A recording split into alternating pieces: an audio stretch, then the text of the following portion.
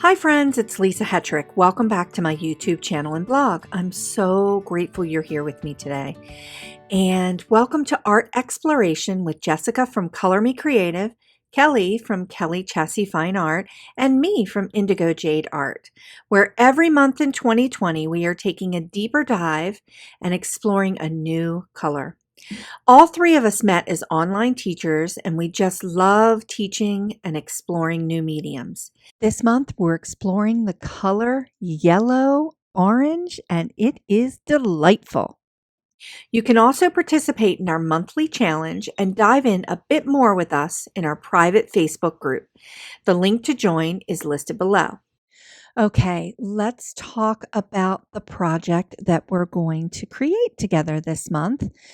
In the spirit of the fall and the beautiful colors that we're starting to see right now, I'm going to walk you through creating this wreathy, leafy card project. But before we get started on the project for today, let's explore the color yellow orange a little bit more. So I'm going to walk you through some of my favorite watercolors that are in the yellow orange range. So I have them swatched out here. And I have quinacridone gold, yellow ochre, raw sienna, and raw umber.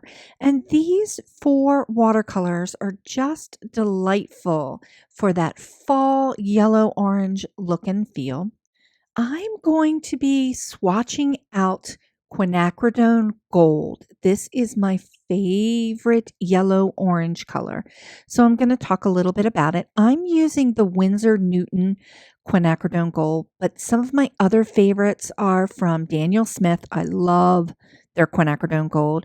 I just happened to grab my Winsor Newton tube, but quinacridone gold can be found in a lot of brands. So I just went ahead and put a little bit of that color straight from the tube and just added it to my palette. And I'm swatching it out here at full strength and then watering it down so that you can see the intensity of this color. You've got some yellow, orange, and browns.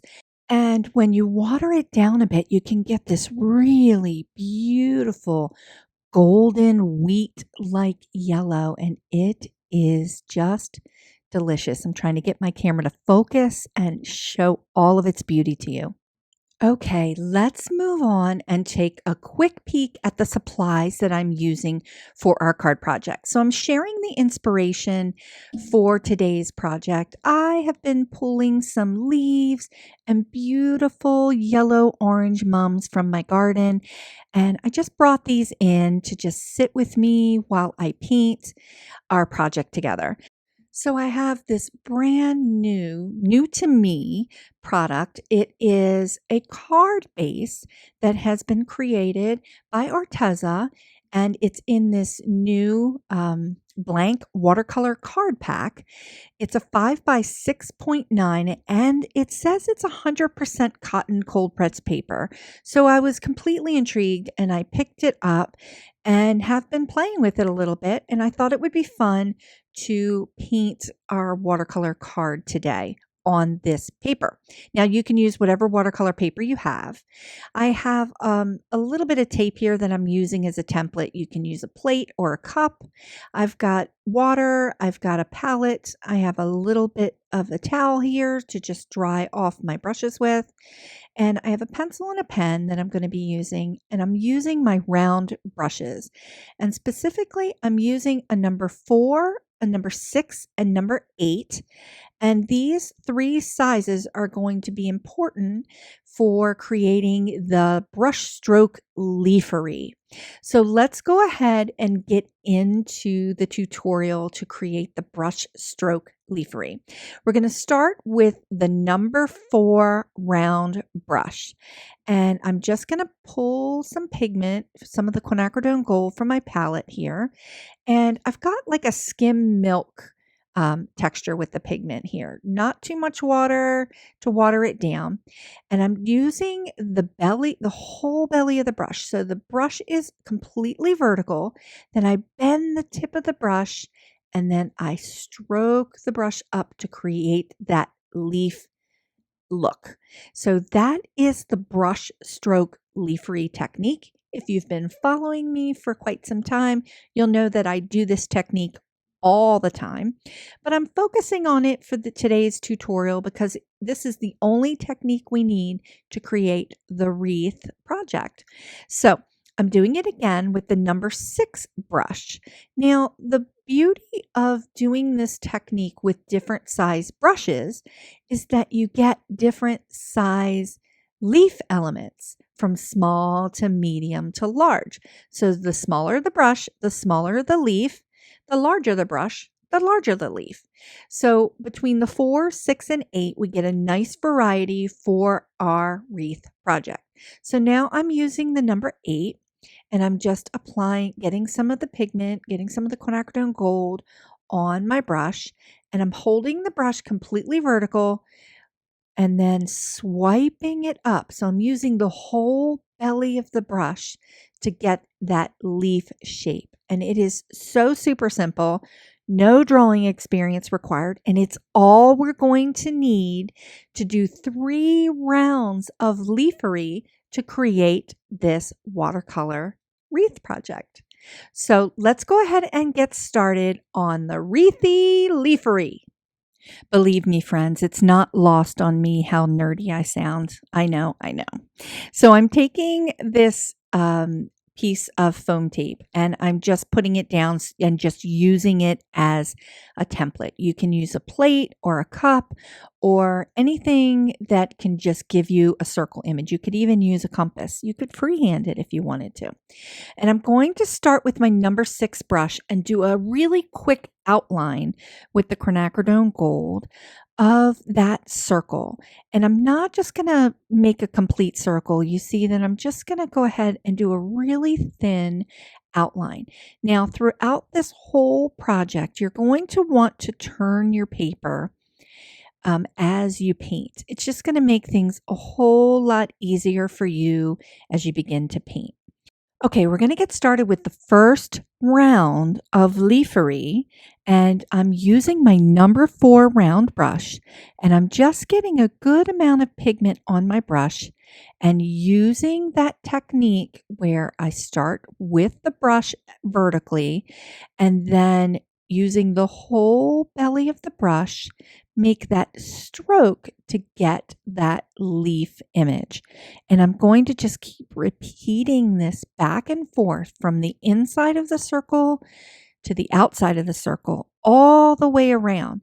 Now, notice that you can really change and elongate your leaves with that number 4 brush. It's not necessarily super small. You can make it really small, or you can elongate it and make it a lot larger. So I'm playing around with this technique and just getting different effects along the way. So that's the first round with the number 4 round brush. And you can see that beautiful quinacridone gold, and it's got that washy watercolor effect. This whole technique is wet on dry. I'm not wetting the paper first and making this a super washy project. I'm kind of really controlling what I'm going to do with my paint. So now I'm moving to the number 6 brush, and I am just adding my leaves in, and this time I've got a little bit more pigment on my brush. So I'm using the same technique, and you can see that my brush is just a little bit, it's got a little bit more pigment on it, and you can see that I'm varying the sizes of the leaves that I'm creating. And I'm just kind of working these leaves in between the areas that I haven't already put a leaf. So pretty cool. And just because we've got that varying hue of that color, we've got a little bit of lights and darks already happening. Okay, I'm adding a little bit more of that watercolor to my palette because I used quite a bit. Now I'm moving on to the number 8 brush, and this is the biggest brush in the pile of brushes that I'm going to be using. So my leaves are going to be bigger, and I'm not going to do as many. I'm going to stagger these around the circle a bit and just kind of use that entire belly of the brush and elongate that brush stroke to just add a little bit more of finishing variety of texture here.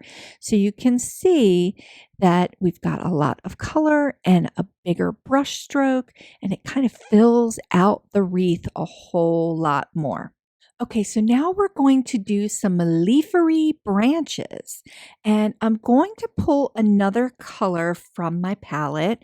I'm going to grab this burnt sienna, which is a little bit more of a brown orange, and this is my Winsor Newton palette. You can pull a brown from any palette that you have, but this one has a little bit more, I would say, like a brown orangey red. It's burnt sienna, and this color does vary from brand to brand. I like the Winsor Newton version. I really like the Daniel Smith and the M. Graham version. Oh my goodness, I really like a lot of the different versions. I'm going to start here with the number 6 brush, and I'm just going to get a little bit of the pigment onto my brush, put a little bit down under the palette, and I'm just getting it nice and juicy so that you can see that color. It's kind of a brown orange. It's a really good color to mix with, and it's beautiful with a little bit of quinacridone gold in it. I'm just going to use it straight up, and I'm using the tip of my brush and just kind of following really wispily around the circle here. So I'm just using that very, very tip, a very gentle brush stroke around the center of that circle, just to kind of bring a little bit more attention to the circle area. And then I'm going to go in and go off the edges a little bit. Again, very wispily, sort of like a willow branch, and just add a little bit of wiggly lines in here just to get that branchy like look and feel. Now, if you feel uncomfortable doing this before you do it on your final project, get out a piece of paper and just practice with your brush. And you're just using the tip, and the more pressure you put on the tip of the brush, the more you can vary the line weight. So just have fun with this. Get your hand warmed up and just get a little wiggly jiggly with the brush and create those beautiful kind of wild like branches that are a really, really nice complement to the leafery. And I'm just working my way around the entire project here, just varying where I'm going to put it. And because I'm using that burnt sienna color, it really does add another dimension of color to that golden hue that we've got going with the quinacridone gold, and I just love it.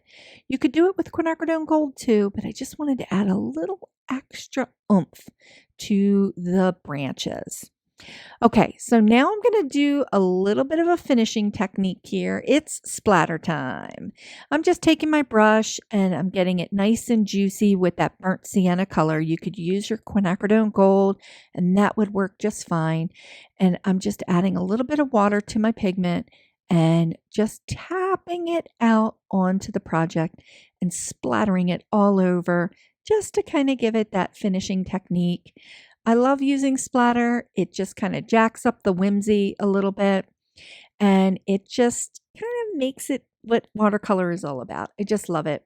And it's super simple to do. You're just tapping your brush and you get that beautiful, beautiful splatter look and feel. Look at that. It's just so juicy and gorgeous. Okay. I'm going to talk a little bit about the free download that comes in the class. So I have my card in the free download for you with the word gratitude as an art print for you. So you can go ahead and print that out. Here's a look at the free download. The link is in the description below, and you can grab that free download. And that's my gift of grace from me to you for this month's project. So, Okay, let's take a final look at our wreath card. I'm just digging it. So the inspiration is on the right, and don't forget to grab that as a download.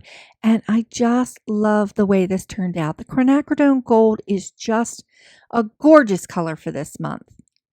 I hope you enjoyed today's art exploration tutorial. Please consider liking this video and subscribing to this channel, and head on over to Kellie and Jessica's channels to subscribe and watch their color exploration for this month as well. Thanks so much for watching, and I'll see you next time.